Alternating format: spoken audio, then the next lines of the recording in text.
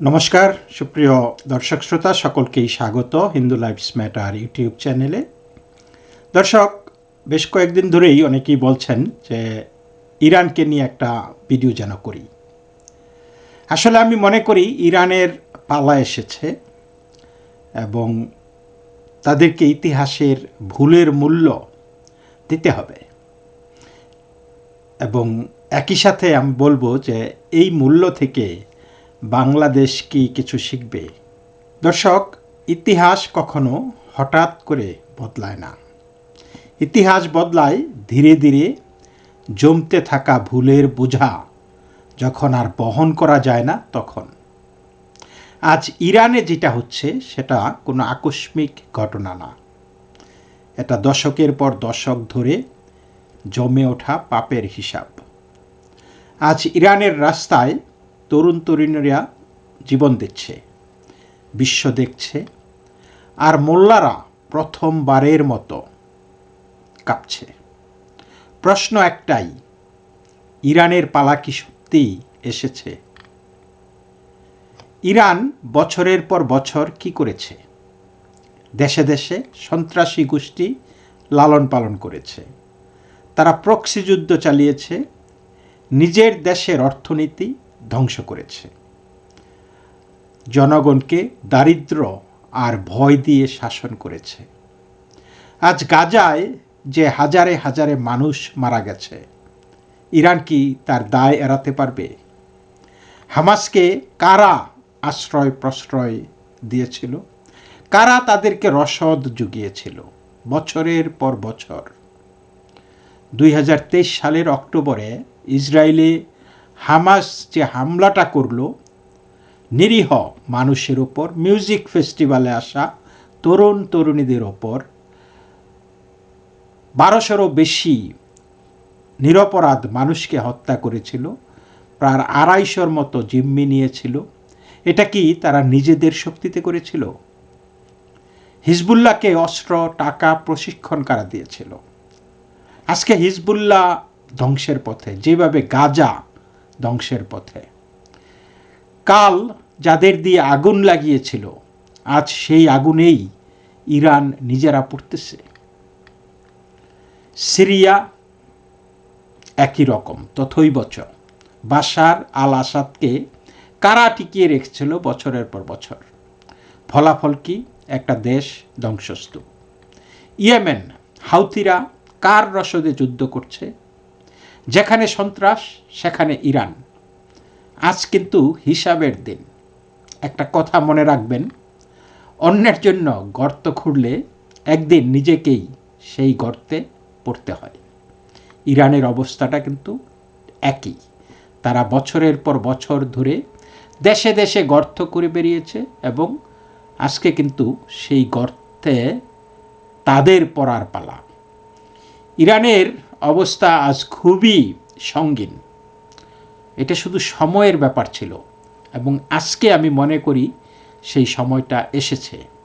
ইরানের মানুষ বুঝে গেছে এই শাসন ব্যবস্থা তাদের মুক্তি দেয়নি, দিয়েছে শুধু বঞ্চনা, দিয়েছে শুধু পরাধীনতা। দর্শক, চলুন আমরা একটু পিছনে ফিরে যাই। 1978-79 ইরানের তখনকার তরুণরা, আজকের ভাষায় তখনকার জেনজি আর কি, জেনারেশন জি, তারা কি চেয়েছিল? তারা চেয়েছিল স্বাধীনতা, তারা চেয়েছিল মর্যাদা, তারা চেয়েছিল স্বপ্নের আধুনিক ইরান। ইসলামী বিপ্লব করেছিল তারা এই আশায়। তারা বস্তার ভিতরে বন্দী হবার আশায় সেটা করেনি। কিন্তু তারা কি ভেবেছিল নারীরা একদিন পরাধীন হবে? তারা কি ভেবেছিল চুল ঢেকে বাঁচতে হবে? নিজের শরীরের উপর নিজের অধিকার থাকবে না? স্বাধীনতা মানে হবে অপরাধ? তখনকার উচ্ছল তরুণ তরুণীরা আজ বৃদ্ধ বয়সে এসে দেখছে তাদের জীবনটাই ছিল একটা ভুল সিদ্ধান্তের শাস্তি। আজ ইরানে মুক্ত বাতাসে চুল খুলে হাঁটার জন্য জীবন দিতে হয়।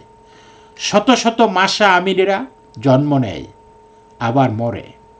আজ ইরান জীবন মৃত্যুর সন্ধিক্ষণে। একটা ইসলামী দেশে নারীরা হিজাব বুরকার অন্ধকার থেকে আজকে বের হতে চাইছে। তাদের নাবিশ্বাস উঠে গেছে। তারা চায় পোশাকের স্বাধীনতা, তারা চায় চলার স্বাধীনতা, তারা চায় বাঁচার স্বাধীনতা। এটা ধর্মের বিরুদ্ধে যুদ্ধ না, এটা মোল্লাতন্ত্রের বিরুদ্ধে যুদ্ধ। এটা প্রায়শ্চিত্ত করার সময় তারা মনে করছে। তখনকার সেই জেনজিরা, উচ্ছলা তরুণীরা যেই মুক্ত স্বাধীনতার আশায় সেই ইসলামী বিপ্লবকে সমর্থন দিয়েছিল, আজকে তারা প্রায়শ্চিত্ত করতে চাচ্ছে। ভাবতে পারেন। এবার আসি বাংলাদেশে। আমরাও কি সেই সুখের আশায় বুঝে না বুঝে একটা বিপ্লব করিনি? আজকে কি বুঝতে বাকি আছে সেই বিপ্লবের দখল নিয়েছে জঙ্গিবাদী শক্তি? আসলে সেই জিনিসটা বিপ্লবই ছিল না, সেটা ছিল জঙ্গি অপারেশন। জঙ্গিদের নানান কৌশলে আমাদের এখনকার, আমি জেনজি বলবো না, আমি বলবো গেঞ্জি, এই গেঞ্জিদেরকে ভুলভাল বুঝিয়ে মিথ্যা আশ্বাস দিয়ে একটা তাদের মাথায় কাঁঠাল ভেঙে দেশটাকে ছিনিয়ে নিয়ে গেছে। ভাবতে পারেন। আজকে বিপ্লবের দখল নিয়েছে সেই জঙ্গিবাদী শক্তি। আজকে নেপাল বলছে আমরা বাংলাদেশ হতে চাই না। এই কথাটা কিন্তু ভয়ঙ্কর। ইরানের ইসলামী বিপ্লব আর বাংলাদেশের জুলাইয়ের জঙ্গিপনা, পার্থক্যটা কোথায়? ইরান ধুঁকছে তরুণদের ভুলে, বাংলাদেশও ধুঁকছে এবং আরও ধুঁকতে থাকবে। পার্থক্যটা এক জায়গায়। ইরানেদের সভ্যতার গভীর শিকড় আছে, পার্সিয়ান পরিচয় আছে। তারা জ্ঞানে বিজ্ঞানে একসময় অনেক উন্নত ছিল। তারা আজ বলছে আমরা মুসলিম নই, আমরা পার্সিয়ান, আমরা ইরানি। তারা মোল্লাতন্ত্রের সবচেয়ে পবিত্র স্থানেও এখন আঘাত করছে। এটা মোল্লাতন্ত্রের বিরুদ্ধে কিন্তু সুতীব্র প্রতিবাদ। ইরানের সবচাইতে মর্যাদাপূর্ণ, সবচাইতে বড় ধর্মীয় স্থানে তারা আঘাত করতেছে। একটার পর একটা শহর তারা দখল করতেছে। যে আয়াতুল্লাহদের কথা এক সময় শেষ কথা ছিল, আজ সেই আয়াতুল্লাহরাই বলছে আমরা আলোচনা করতে চাই। ঠেলার নাম বাবাজি বলে কথা। দর্শক, শোনা যাচ্ছে আমেরিকা সিগন্যাল দিচ্ছে, ট্রাম্প কিছু একটা ইঙ্গিত দিচ্ছে, মোল্লারা ভয় পাচ্ছে, গুলি চালাচ্ছে, আবার আলোচনা চায়। গুঞ্জন সেনাবাহিনী ফেল করলে খামেনি রাশিয়ায় পালাবে। আমি আশাবাদী ইরানের জেনজিরা পারবে, কিন্তু বাংলাদেশের তথাকথিত গেঞ্জিরা কি পারবে? আমার মনে হয় বাংলাদেশ শেষ, কারণ তারা দেশপ্রেম শিখেনি, ভুল থেকেও শিখেনি। কিন্তু ইরান দেখিয়ে দেবে ইতিহাসের ভুল শুধরানো যায়। ইরান পারবে, বাংলাদেশ পারবে কিনা সে প্রশ্ন আজ ভয়ঙ্কর।